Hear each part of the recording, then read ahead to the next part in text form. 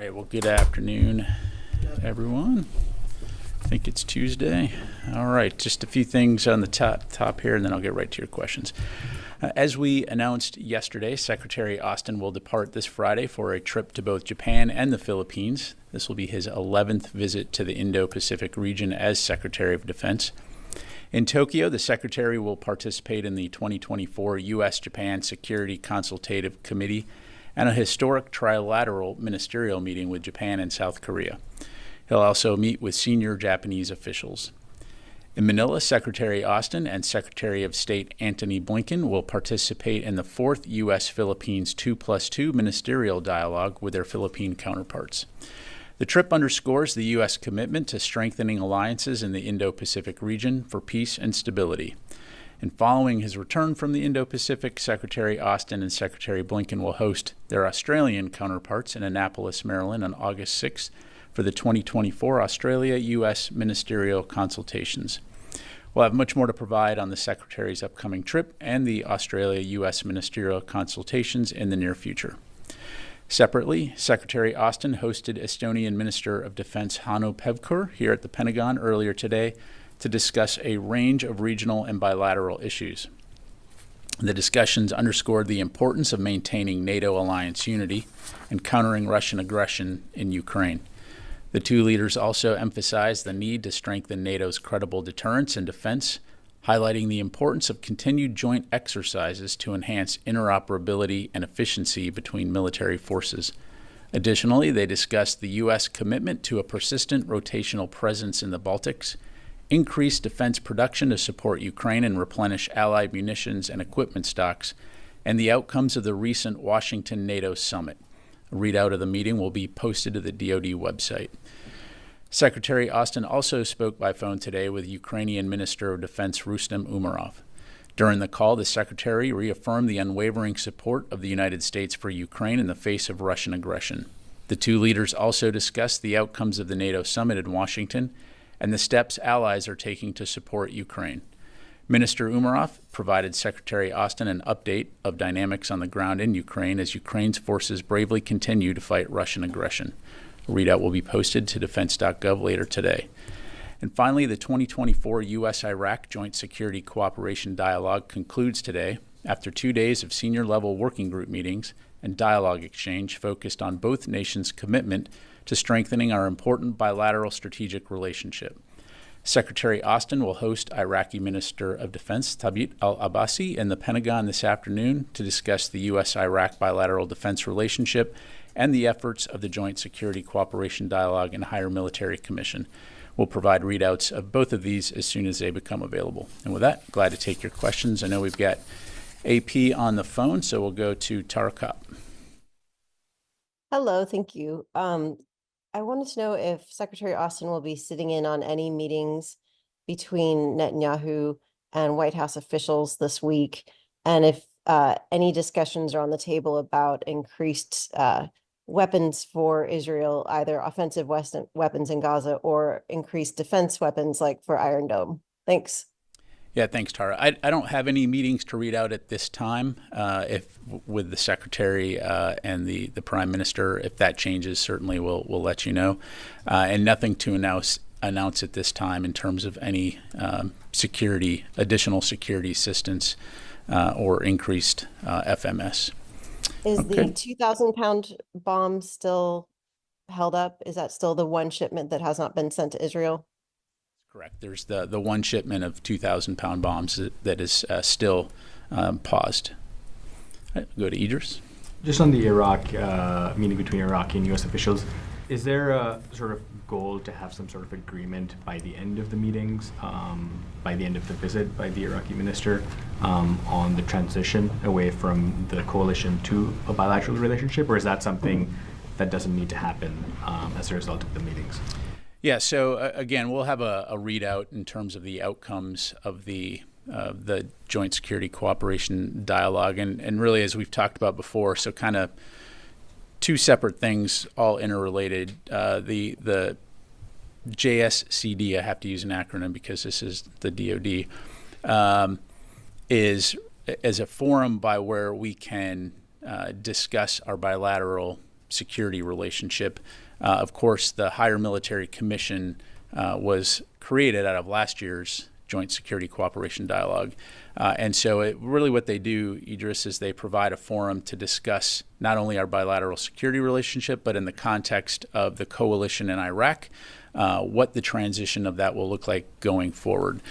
So right now I don't have anything to read out in terms of decisions or timelines, but of course, recognizing that that is a continued topic of interest, we'll be sure to keep you updated on that. Thank you. Yes, sir. Thank you, General Pat Ryder. So is the purpose of the discussion with Iraqis at this building to end the role of the coalition, international coalition? Well, again, just if you go back to Prime Minister Soudani's visit to Washington, D.C. earlier this year, they affirmed that we would review the factors to determine when and how the mission of the global coalition in Iraq would end and transition in an orderly manner to ensure or to an enduring bilateral security partnership. This is all, of course, in accordance with Iraq's constitution and the U.S.-Iraq Strategic Framework Agreement of 2008. So the Higher Military Commission is looking at that transition, what that will look like in the context of the threat that ISIS pose, operational considerations, as well as Iraqi security forces capacity. And so, again, nothing to announce right now. We'll be sure to keep you updated on this. One more, if you don't mind, on ISIS. Recently, CENTCOM released its 6 months activities in both Iraq and Syria, including Kurdistan region, that conducted 196 operations against ISIS. And on the contrary, ISIS launched 153 attacks in both countries. So in the discussions, did you consider the threats of ISIS? Again, without previewing the readout, certainly. This is a core function of this group, is to look at the threat that ISIS poses to the region, and also with the eye towards Iraq's important role when it comes to regional stability. Thank you very much. Tom? Hi, General. Thanks for doing this. It's quite wordy, isn't it, the descriptions that you're coming up with in terms of the transition in an orderly manner to ensure an enduring bilateral security partnership. Can you put that more in layman's terms? Like, what is a bilateral security partnership if not troops? Well, first of all, the global coalition is more than just the United States and Iraq, right? CJTF-OIR represents dozens and dozens of countries that have come together to address the threat of ISIS. And so what we're talking about here is the transition of the coalition, which again is more than just the United States, but also through the Joint Security Cooperation Dialogue with an eye towards the U.S.-Iraq bilateral security relationship. What does that relationship look like? So that's what I'm talking about. And I do appreciate the commentary on my wordy responses. The security partnership, could that continue with U.S. troops on the ground, or is that? Well, I think, again, the U.S.-Iraq bilateral security relationship is one thing, and the global coalition, which is U.S.-led right now in the region, what does that look like going forward? Again, taking into account the three factors that I highlighted. Okay. So, all right, I didn't really hear an answer there, but that's okay. In terms of sorry to beat a dead horse here, with the U.S.-Iraq bilateral security agreement, could that include a continuing presence of American troops? Well, again, I don't want to get ahead of the process. That's the discussions that are ongoing, is what would that relationship look like under the auspices of the security or the strategic framework agreement going forward. So again, it's a very well put question, very eloquently stated. I just can't answer it. Thanks. Yes, sir. Thanks. Last week, General Brown said in response to the attack in Iraq, which the Pentagon attributed to an Iran-backed group, he said that the U.S. would respond at a time and place of its choosing. Previously, you guys have said we reserve the right to do so. Does that mean, can we interpret that as a decision has been made that the U.S. will respond? Yeah.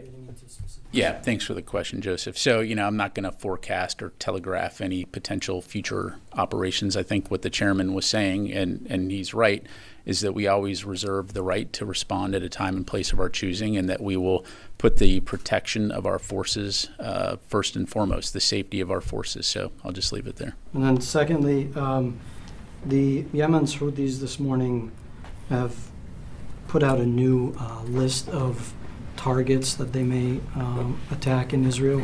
Among them includes what they say is the port of Ashdod, where the U.S. has transitioned the Gaza pier to the port of Ashdod for humanitarian aid. Are you guys taking these threats seriously? Two, is there any concern that any U.S. assets could be in danger? Apart from the Red Sea, obviously, that's attacks have been going on.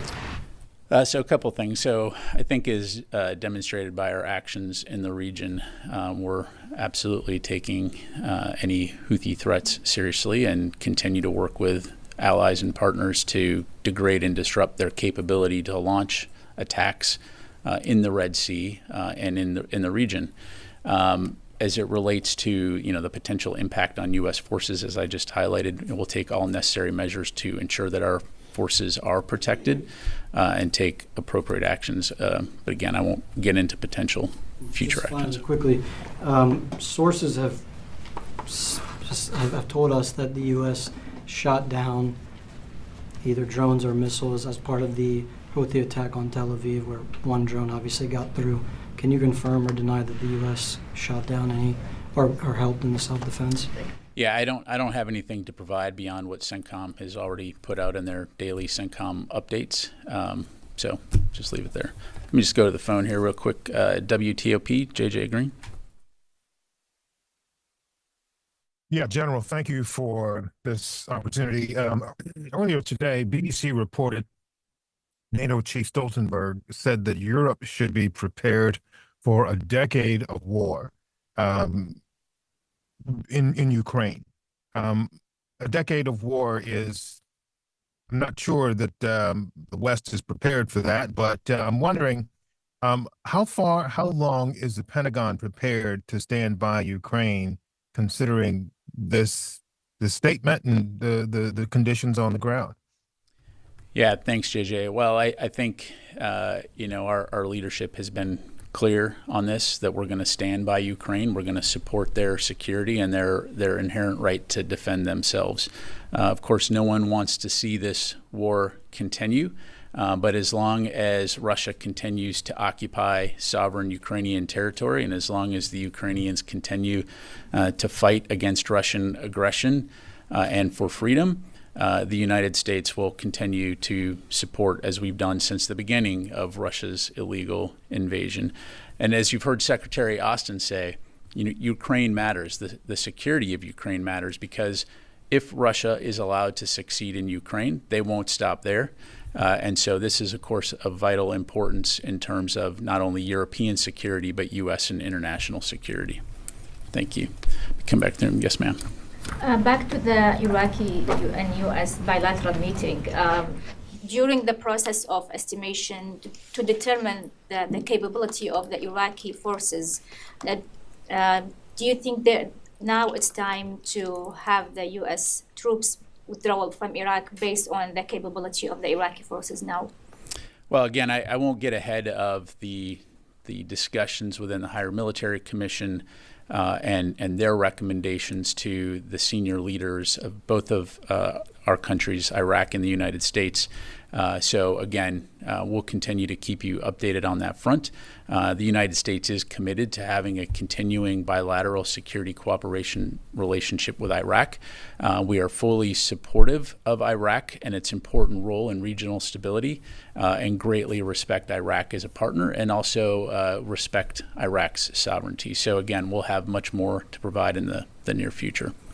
Sir. Thank you, sir. My question is that after President Biden's announcement that he is no longer running for the second term, and he fully endorsed and supported the Vice President Kamala Harris for the presidential or for the party's nomination. My question is that, number one, U.S. never had a female president or commander-in-chief. if this building or military is ready for a female commander-in-chief, and two, if Secretary is getting any messages from around the globe as far as this announcement is concerned, how they feel about this, maybe U.S. will have a female president. Yeah, thanks for the question. As I'm sure you can appreciate, I'm not going to get into political campaigns from here. The Pentagon, of course, will always support the Commander-in-Chief as elected by the people of the United States. And so I'll just leave it there. Thanks very much, sir. Thank you, General. How is the Pentagon observing the ongoing student protest in Bangladesh, where mass killings are being carried out by security forces under shoot-on-sight orders from the ruling Prime Minister? Hundreds have been killed and thousands injured. The internet has been shut down and nationwide curfew been declared. People are demanding the resignation of the Prime Minister, and the military is on the street. Security forces are using UN-marked armored personnel vehicle, which has been condemned by the UN. So what is your observation? Yeah, sure. Of course, we're continuing to monitor the ongoing situation there. I would say, to echo what my colleagues at State Department have said, is that we would call for calm and certainly don't want to see continued violence. So I'll just leave it there. Thank you. One Yes, sir. follow-up, if I may. As U.S. is the largest donor for the peacekeeping support to the UN, and those individuals who are involved in extreme violation of human rights in their own country, they are deploying to the UN peacekeeping mission. So what is your observation? Those who are not able to maintain peace in their own country, how can they? Yeah, again, I don't have much to provide from the podium here other than, again, we obviously don't want to see violence increase. We of course, want there to be calm and recognition of human rights. And so I'll just leave it there, sir. Thank you, General. Greek Government Minister Georgiadis said on television the other day that they might raid the Turkish capital with the F-35s that they're going to acquire from the United States. Would you say that such statements from one NATO ally to the other are nothing but irresponsible? I'm not sure I understand what you're asking. You said that F-35s that they're going to acquire from the United States, that they might raid the Turkish capital. Those F-35s might appear suddenly one night in Turkey. So how would you evaluate that statement? Would you say that that's irresponsible from one NATO ally to the other? Yeah, I haven't. From the US? I haven't seen that out there, so I don't have a comment other than, again, we would always want our NATO allies to work together and would not condone violence. So historically, the United States has kept a fine balance in providing defense equipment to the Turks and the Greek. Would you say that that balance has been tipped in one side's favor because it's making one of the NATO allies, those two, making them talk about about the capabilities that they haven't even acquired? Yeah. Like the first delivery is going to take years. So what I would say is, first of all, when it comes to the relationship between Greece and Turkey, I'd let Greece and Turkey talk to you and characterize the relationship. I would say from where we sit, we certainly value our partnership and alliance with both Turkey and Greece, and certainly appreciate the efforts that have gone into addressing some of the areas of mutual concern. And I'll just leave it there. Thank you very much. Ma'am. Thank you. Ma'am? Janie, how are you? Thank you very much. I thought you forgot my name. You got to call me Pat now then. Okay. On dude. Ukraine, China, and North Korea. And Ukraine foreign minister will visit China today at the visitation of Chinese foreign minister Wang Yi. Do you think China can play a role in stopping Russia's aggression against Ukraine? It's an interesting question, Janie. So, certainly, as I mentioned before, we don't want to see the conflict in Ukraine go on forever. We want to see peace in Ukraine, but it has to come in terms that are acceptable to Ukraine. No decisions about Ukraine without Ukraine. And so China can play a productive role in terms of addressing Russia's malign and illegal activity in Ukraine. And so certainly if they're able to compel Russia to withdraw its forces and enable the restoration of peace, I think that would be a positive development. But certainly when it comes to the Ukrainian foreign minister and his conversations with his Chinese counterparts, I'd have to refer you to Ukraine. Another one, the Russian Vice Minister of Defense is visiting North Korea currently. It was also announced that weapons and defense industries were discussed as a follow-up to military cooperation with North Korea and Russia. How can you comment on this? Well, again, it's concerning that we continue to see North Korea and Russia further cooperating as it relates to the war in Ukraine. Again, as we've said many times, it's demonstrative of the fact that Russia is now having to seek support from countries like Iran and North Korea in order to obtain additional capabilities as they've experienced some logistical challenges. And so it's something we'll continue to keep a close eye on. Okay, let me come back to the room here. Louis. A couple of questions on the coalition that you're referencing. Is that the global coalition against ISIS? Correct. Okay. So the U.S. presence has been acknowledged to be about 2,500 military personnel in whatever capacity inside Iraq. What is the complementary number of troops from the rest of the global coalition? I'd have to get back to you on that. I don't have that number in front of me. Now, you're talking about in Iraq? In Iraq. Yeah, so when it comes to the number of forces of other countries, that's something we really let other countries address. So, I'm only going to speak to the U.S. in that regard. Yeah, I'll just leave it there. And so these discussions are specifically about the coalition's presence inside Iraq and not necessarily that the coalition itself will be done or that its mission is complete, correct? Well, again, this is something that the higher military commission is looking at, right, in terms of the three factors that I highlighted. What is the threat of ISIS? What are the operational requirements? And then what is the status of the ISF as it relates to being prepared to address the ISIS threat?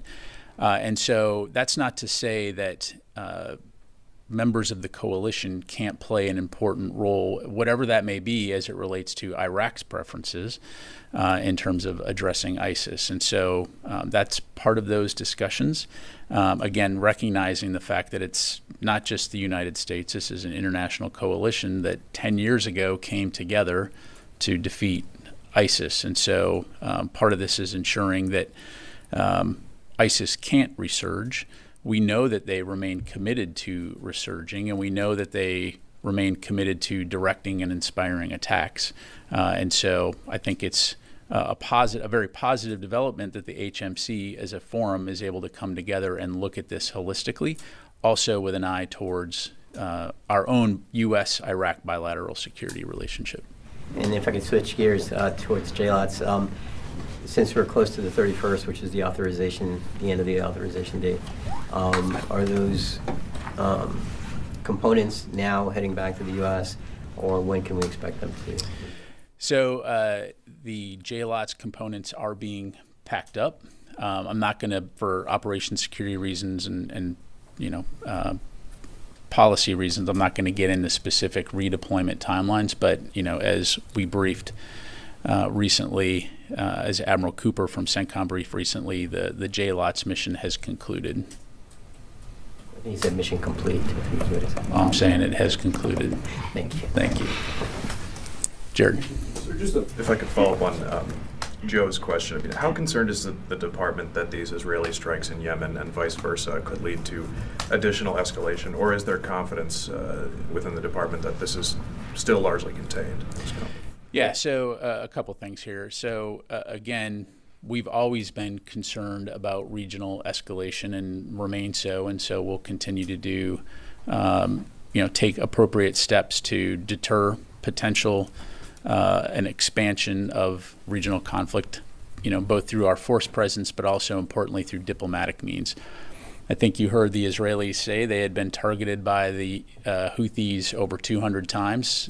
Obviously, the vast majority of those attacks were taken down through air defense capabilities, and one got through. So we absolutely support their inherent right to defend themselves against these kinds of attacks. But to answer your question, yes, we will remain focused on trying to prevent a wider regional conflict. Did the U.S. advise the Israelis against striking within Yemen? Look, there was no U.S. involvement in their strike. Again, they gave us advance notice that they were going to do it. I won't go into more detail beyond that, other than there was no U.S. involvement, and we support their right to defend themselves. Okay, we can take a couple more. Let me go to Jeff Shogel, Task and Purpose.